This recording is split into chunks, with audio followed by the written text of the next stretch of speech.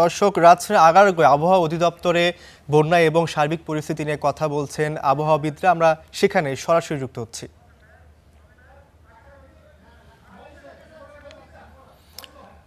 মৌমিতা যুক্ত হয়েছেন আপনি। মৌমিতা, মৌমিতা, আপনার কাছ থেকে একটু জানতে চাই যে কিছুক্ষণ আগে ব্রিফিং শেষ হয়েছে।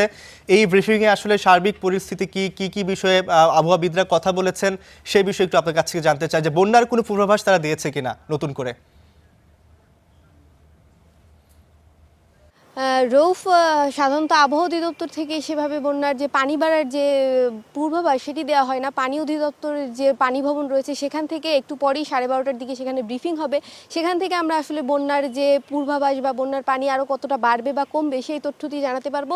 এই মুহূর্তে যে ভারী বৃষ্টিপাত, সেই বৃষ্টিপাতের যে তথ্য তারা সেটি জানিয়েছিলেন এবং তারা জানাচ্ছিলেন যে ঢাকায় এবং দক্ষিণাঞ্চলের আশেপাশে আর কিন্তু অতি ভারী বৃষ্টির সম্ভাবনা নেই।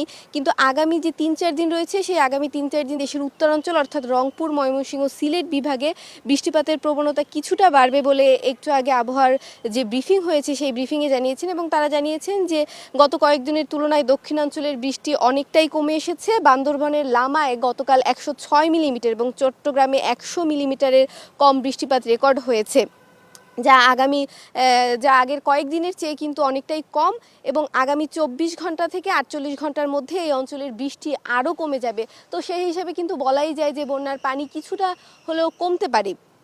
এছাড়াও তারা বলেছেন যে ঢাকায় হালকা থেকে মাঝারি ধরনের স্বাভাবিক বর্ষাকালীন যে বৃষ্টি, মৌসুমি বায়ুর প্রভাবে যে বৃষ্টি, বর্ষাকালীন যে বৃষ্টি সেই বৃষ্টি হবে। এবং আপাতত ঢাকা সহ দক্ষিণাঞ্চলে কিন্তু কোনো ধরনের ভারী বৃষ্টিপাতের সম্ভাবনা নেই। তবে ভারী বর্ষণের সতর্কতা আজ থেকে তুলে নেওয়া হচ্ছে এমনটিও তারা জানিয়েছেন। এবং পাহাড় ধস বা নতুন করে জলোচ্ছ্বাসের কোনো পূর্বাভাস কিন্তু আগামী আবহাওয়া অধিদপ্তর থেকে আমাদেরকে দেওয়া হয়নি। জানানো হয়েছে আগামী 2-1 দিনের মধ্যে পরিস্থিতি আরও কিছুটা স্বাভাবিক হবে। এবং রংপুর ও ময়মনসিংহের অভ্যন্তরীণ এলাকায় ভারী বৃষ্টিপাতের সম্ভাবনা থাকলেও ভারতের আসাম, মেঘালয় বা ত্রিপুরা অঞ্চলে অতি ভারী বর্ষণ নেই।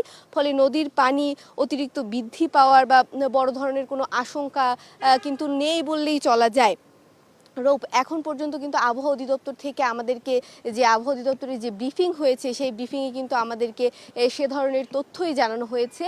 এবং আবহাওয়া অধিদপ্তর জানিয়েছে যে ঢাকা সহ যে দক্ষিণাঞ্চল সেই দক্ষিণাঞ্চলে আগামী কয়েকদিনের মধ্যে কিন্তু ভারী বর্ষণের সম্ভাবনা নেই। তবে আগামী 2-3 দিন রংপুর, রাজশাহী এবং ময়মনসিংহ এলাকায় ভারী বর্ষণের সম্ভাবনার কথা জানিয়েছে আবহাওয়া অধিদপ্তর। রৌফ। মৌমিতা, আপনাকে অসংখ্য ধন্যবাদ আমাদের সঙ্গে যুক্ত হওয়ার জন্য।